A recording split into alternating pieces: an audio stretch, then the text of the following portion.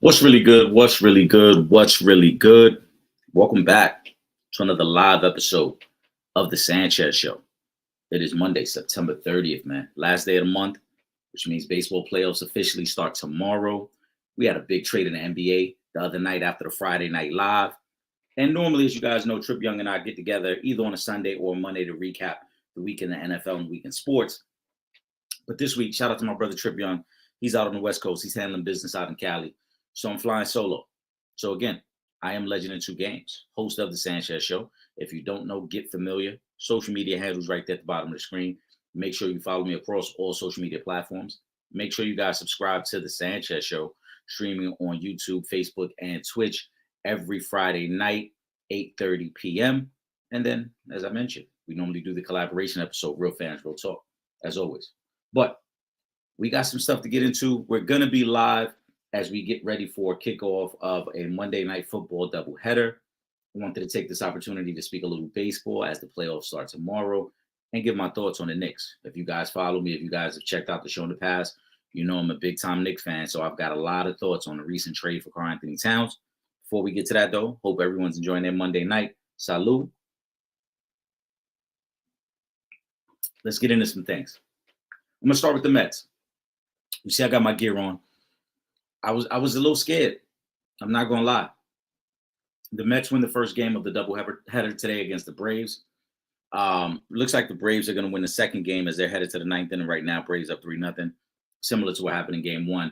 Before the Mets exploded and decided to score 8 runs in the last 2 innings to win that game. A dramatic back and forth moment. Francisco Lindor, there have been people this year who have tried to put him in the MVP conversation. I've been very honest and unbiased, and I think Francisco Lindor has been amazing for the Mets, but I don't think his season compares to what Shohei Ohtani has done. But Lindor today proved why so many people felt that he should be in the MVP conversation.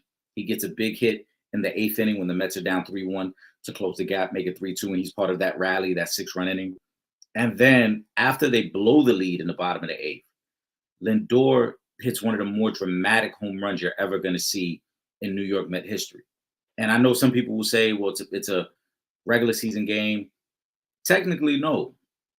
It's kind of like a playing game because whoever would win that first game automatically locks in a spot in the playoffs. And by winning that first game, you afford yourself the opportunity to rest some of your guys for the second game, which is what the Mets were able to do tonight in the second one, where they didn't play all their starters and they got to rest their pitchers as they prepare for that next matchup. But again, the circumstances, everything that's taken place, when it's all said and done, the Mets look like they were on the verge of blowing a golden opportunity. Just last week, they were 2 games up on the Braves after they won 3 out of 4 against the Phillies in Citi Field. They were heading down to Atlanta for a crucial series. There was a lot of talks that this was very reminiscent of 2022, just 2 years ago when the Mets had the division lead all season up until that final weekend series against the Braves when they got swept. And even though they ended with the same record, the Braves had the tiebreaker and won the division. The Mets were kind of in the same position. They go to Atlanta last week, up 2 games. They lose the first game. The next 2 get rained out because of the hurricane that's passing through. They go to Milwaukee. They lose 2 out of 3 games. So they come into this situation tied with Atlanta, understanding, and in 3-way tie, obviously the Diamondbacks are paying attention as well, understanding that they've got to find a way to win one of these games to make the playoffs. And they're down 3-0. They weren't hitting at all. They had 3 hits going into the 8th inning. And it really felt like another Met collapse, something that we've seen over and over again. And then Lindor has his moment as a Met captain and as what some people would consider MVP candidate. So shout out to Francisco Lindor. Again, it does look like the Braves are going to win, so both teams will get in. This was what most people thought would happen because whoever won the first game was going to rest some of their guys in the second game and open up the opportunity for the other team to win. So that's what's happening. Looks like the Mets are going to end up playing the Brewers. They were just in Milwaukee. They lost 2 out of 3 there. During the regular season, they lost 5 out of the 6 matchups with the Brewers. So that is going to be a very tough matchup for them, and they're going to be challenged in a lot of different ways. But ultimately, if you're the Mets, this is what you wanted. You just want the opportunity to get in and see if you can make some noise. They're a wild card team, but the Mets have been the hottest team in baseball probably for the last 3 months. They've had the best record in baseball over the last 100 games. So they are more than worthy in being in this position. They started the season very slow. They got hot as the weather warmed up. Now you wonder if they can carry this over. You also wonder what type of toll having to play this doubleheader will take on them, because it's a quick turnaround. They got to be in Milwaukee for a game tomorrow evening now, after Edwin Diaz, I believe, threw 40 pitches today. So I don't know if he's even available to close out game one if necessary. You got to see how that's going to affect their bullpen. But you're in. That's the most important part. You just want to be in and give yourself a shot. They get that. For the Braves, they're going to be going to San Diego. That's going to be their matchup. A very talented San Diego team that seems to be fully healthy for the first time in quite some time. So the National League matchups are set. In the American League, we already knew what it was. Detroit versus Houston, Kansas City versus Baltimore. I'm gonna say in the American League, I'm leaning towards Houston just because they will also be one of the hottest teams. And until proven otherwise, I just always take the Astros in the playoffs. But Detroit has great pitching. I do like the Astros in that series. On the other side, two young teams. I'm going to go with Baltimore. Baltimore started off very hot. They cooled down a little bit. They face an MVP caliber player in Bobby Witt in Kansas City. But I think Baltimore is just a little better. So I got the two favorites and the two teams that have home field advantage in this best of three, which is critical. 2 out of 3, it doesn't give you much wiggle room for mistakes, and having home field matters. So I'm going to go Houston and Baltimore. And then on the National League side, I'm going to go Mets and I'm going to go Padres. That's my early predictions there. But tonight, we got 2 games, Monday Night Football. We're going to get back to the picks in a minute. If you guys haven't already, make sure you subscribe to the Sanchez Show. I do picks every Friday night. We've had a successful week. Week 3 was amazing for us. Went 11-5 against the spread. Tonight, we need the Monday night games to hit so that way we can break even for this week. But ultimately, it was still a good week because we were right on several underdog picks this past week. We were right on the Colts against the Steelers. They were getting 2.5 points. We were right on the Vikings against the Packers getting 3 points. We were right on the Commanders against the Cardinals getting 3.5 points. Those are 3 underdogs that we like this week that all won outright. So I hope you guys have been locked in. And then some of the losses we had, we were just off. It wasn't like they were bad losses. We actually had a push in the Cowboys-Giants game, but we liked Atlanta -3. They win by 2. We like Kansas City -7.5. They won by 7.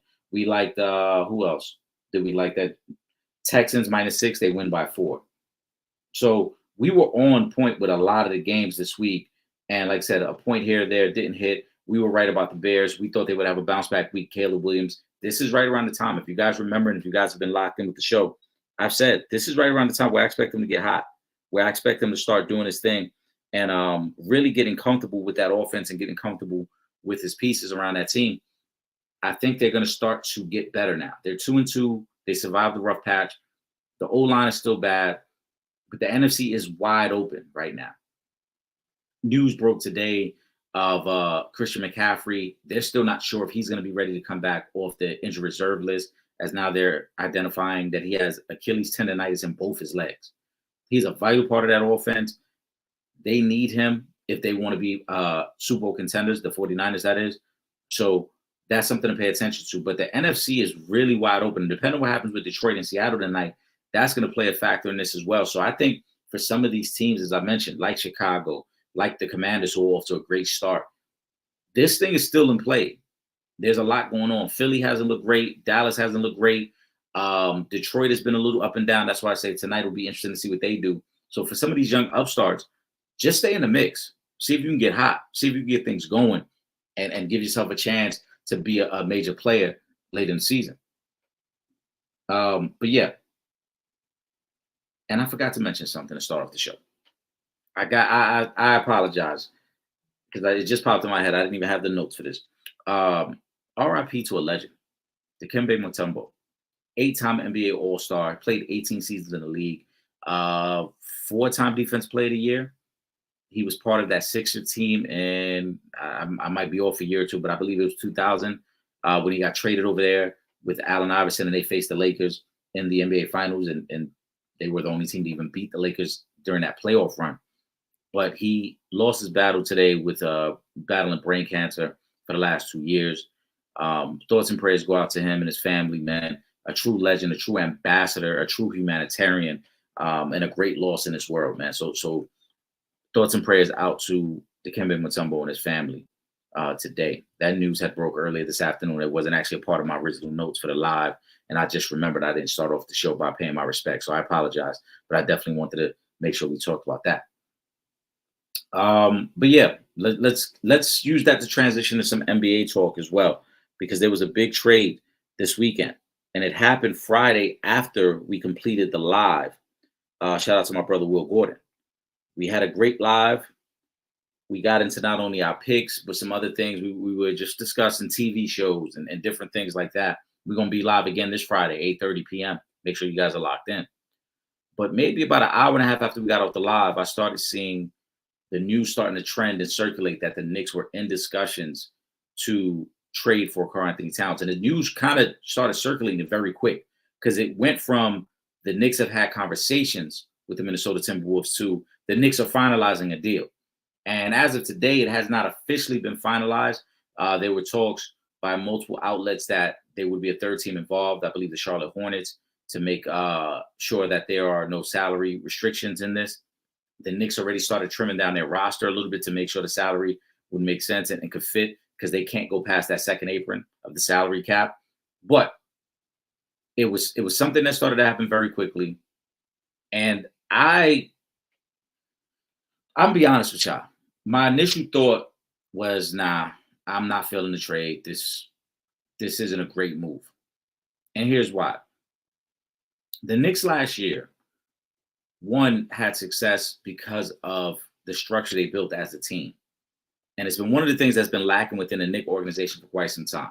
For all these years, we've always heard about the big names, go get this all-star, go get that all-star. And really, under Leon Rose in these last 4 seasons, this has really been the first time where the Knicks have prioritized team chemistry, team building, and the right pieces for your team. Interchangeable pieces, guys that can do multiple things well. And even though you don't have a superstar, though Jalen Brunson, I think, is turning into that, this was the first time where they said, we're not focused on the star power, we're focused on chemistry and team building. And you saw the results last year.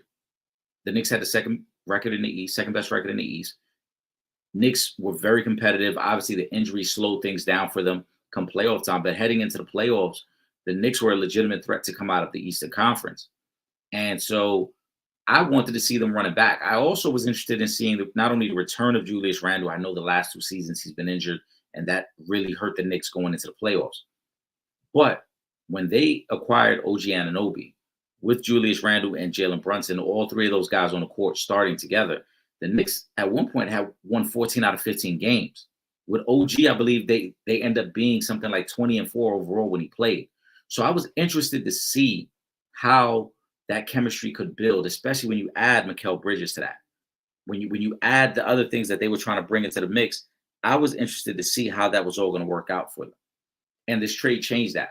But as I sat back and reflected on the trade, I get it, and I understood Leon Rose's thinking on why you make this trade and why now.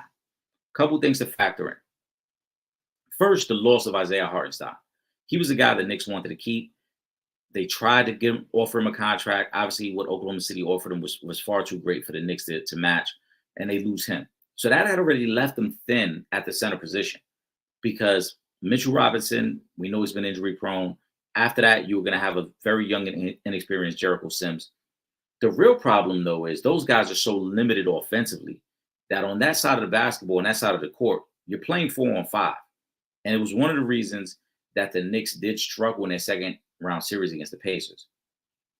They knew, Miles Turner and those guys knew that they didn't have to play defense but so far out. They didn't have to respect the big men in the Knicks, outside of the paint. So that created congestion, and that made it tougher, and that made it easier to guard Jalen Brunson, made it tougher for Jalen Brunson to get in the paint and cause the type of havoc that he likes to cause. So again, losing Hartenstein, you're already thin at center. But then once you lose Mitch, you find yourself in a situation where either we're going to look at veterans like a Dwight Howard or JaVale McGee, or we're going to look at some cost-efficient young big men like Isaiah Stewart, like Nick Richards, to fill this void. The problem with that is the Knicks are already up against the cap number. So it's not like you can make a trade or bring in one of those veterans without having to shed something off of your current roster. You were going to have to shed someone in salary off of your roster regardless. And what I believe is that Leon Rose analyzed it, thought about it, and said, look, if we're going to make a move, let's swing big and make a bigger move. Let's not just do a smaller move for the sake of saying we acquired someone to fill that spot. Because again, that person, whoever it is that fills that center spot, has to be some sort of offensive threat so that we can have the proper spacing that we want. It makes no sense to have Brunson with Bridges and OG and before the trade, DiVincenzo and Hart, to have these, interchangeable guards if we have a big man who's going to consistently clog up space and will be a non-factor offensively. And so I think that's what led ultimately to the Karl-Anthony Towns trade. Also, Julius Randle, an expiring contract. We know there was a lot of talk about whether they would trade Julius. We know there was talk of how long they would try to make this work with Julius. They could not come to terms on a contract extension. Had they done the contract extension, Julius would probably have to play some center this year until they got Mitchell Robinson back. All those things factored in, and I think that's why Leon Rose made the move that he made. I will say, I'm not upset with the move. And shout out to Vernon Brownlee. Shout out to Will Gordon, Trip Young, because I spoke with all those guys through text message. Shout out to a couple of other peoples as well, but I'm naming the guys you've seen me on live with.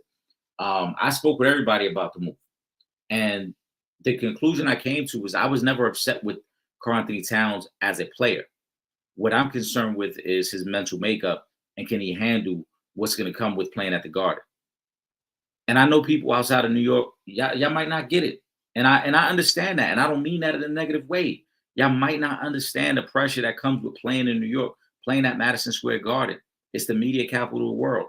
It's a fan base that's extremely hungry for a winner, for a team that can compete for a championship. The Knicks haven't been in the NBA Finals in over 25 years. The fans want that. And so to those that are outside of that environment and don't understand how things work in New York, there is a lot of pressure to succeed there. Every NBA All-Star, I'm not even talking superstars, any NBA All-Star that has come through that building will tell you the same thing. Karl-Anthony Towns is coming from Minnesota with just a couple beat writers and a couple people paying attention to the Timberwolves. The Timberwolves are never the number one ticket in Minnesota. The Vikings are the number one ticket there. The Minnesota Twins are more popular there. Now, because of Anthony Edwards, the Minnesota Timberwolves are on the map nationally. But when Karl-Anthony Towns was there for the previous 7 seasons before Ant-Man arrived, there wasn't much media. There wasn't much attention being paid there. Remember, before this postseason run that the Timberwolves went on, Karl-Anthony Towns played in one playoff. There wasn't much media pushback and people questioning, and is he the right guy? Is he the leader for the team? It's kind of an afterthought. Now it's the opposite. You come to a Knicks team where there's going to be a lot of pressure, a lot of questions every night, and people are going to expect you to be consistent every night. He can't have some of those nights that we saw in the playoffs where he goes 4 for 16 and maybe has 11 points, but he's not impactful. That's not going to happen. Now, I will say what the Knicks have built structure-wise, coaching-wise, I think this is a great environment for him because this is Jalen Brunson's team. But more importantly, there's a certain toughness already around the team that will kind of protect Karl-Anthony Towns. He won't be the first guy at the podium. Excuse me. He won't be the first guy there. But also, he won't have to be a big man in the sense that other teams have a big man where he's got to be an enforcer. He will get the opportunity to just go play. And every now and then he might have to mix it up. But for the most part, just go play. For his career, I believe it's 24-10. He don't have to be that for the Knicks. He could be 18-10. As long as he's consistent, that will be impactful because he's going to have help from other people. Also, what concerned me about it when I talk about mental makeup is now you've got to play with expectations. And that ties into the pressure of New York City and the media paying attention to you. See, Karl-Anthony Towns has never had to play with expectations. He was given the freedom to just play. And at the end of the season, when his numbers were what they were, cool. You were an all-star, you were potential all-NBA, cool. You're a good young player. Even at 27 years old, still a good young player. But now, look what happened to the odds after this trade. After this trade was made, the Knicks went up and became the second best odds to win the NBA Finals now. Now the pressure's on. Because see, before this trade, people just question, hey, can the Knicks keep up with the Celtics? Are the Knicks on the same level as the Sixers? That was the conversation. Now the question is, can the Knicks win an NBA championship? Are the Knicks suited to beat the Boston Celtics? That changes everything. And that's what I'm most concerned with. But all we could do is make it, all we could do is to watch it play out. I think they're going to be okay. I think Karl Anthony Towns is going to be okay. But that's what it's going to come down to. They've got to protect him a little bit. He's going to have to show a little bit more mental toughness. He's going to have to be prepared to play with expectations, and he's going to have to be prepared to understand that a random Tuesday night when most people aren't paying attention is still a big deal in New York City. A Wednesday game against the Charlotte Hornets is still a big deal in New York City. It's not like Minnesota where people might not pay attention for 2 or 3 weeks, and then they'll pay attention when the marquee team comes into town. No, with the Knicks, you are the marquee team, and every night means something. I'm also hoping that Tibbs feels like he can connect with Karl Anthony Towns better than when they first were together in Minnesota a few years ago. That's another part of this conversation.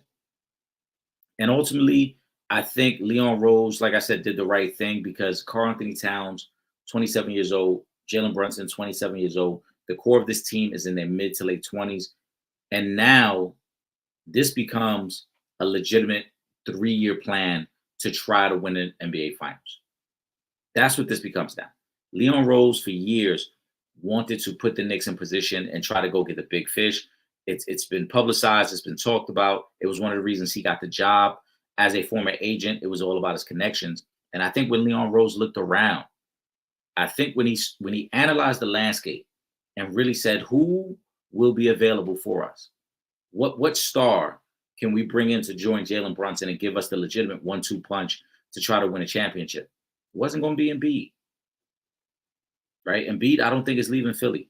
Embiid is 30 years old. They just brought Paul George in. They're now on their plan of 2 to 3 years trying to win the championship. It wasn't going to be him. I don't think it was going to be Giannis, right? Giannis a little older. Giannis is committed to Milwaukee. And also Giannis, again, would not fit with the style of play that the Knicks want. They want a 5-out scheme where there's shooters everywhere and they're spacing. Giannis wouldn't fit there.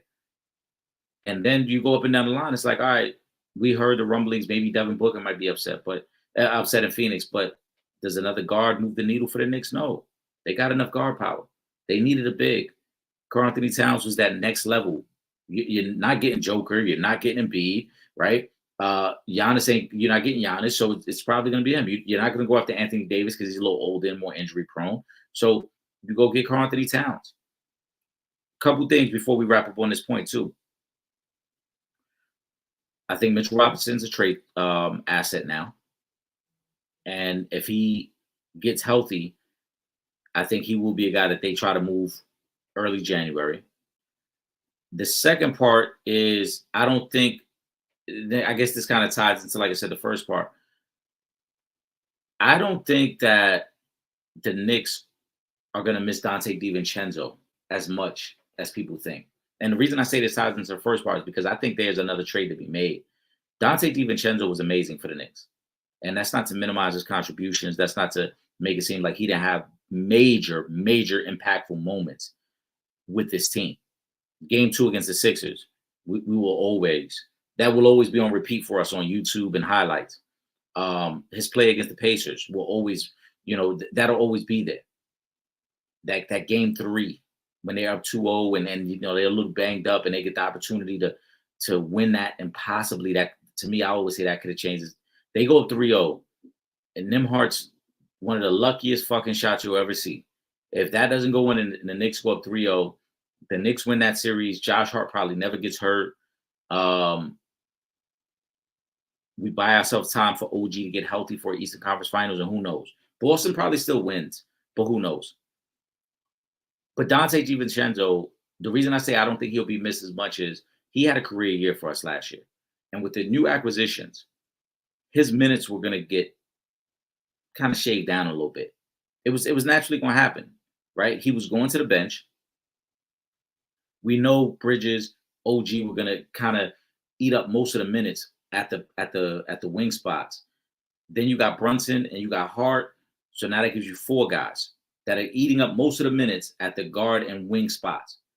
If Julius would have stayed, obviously now that's another guy that plays on the perimeter a little bit that's going to be eating up minutes. Dante DiVincenzo would have been asked to really recreate what he did last year with less minutes. And that I don't think would have worked.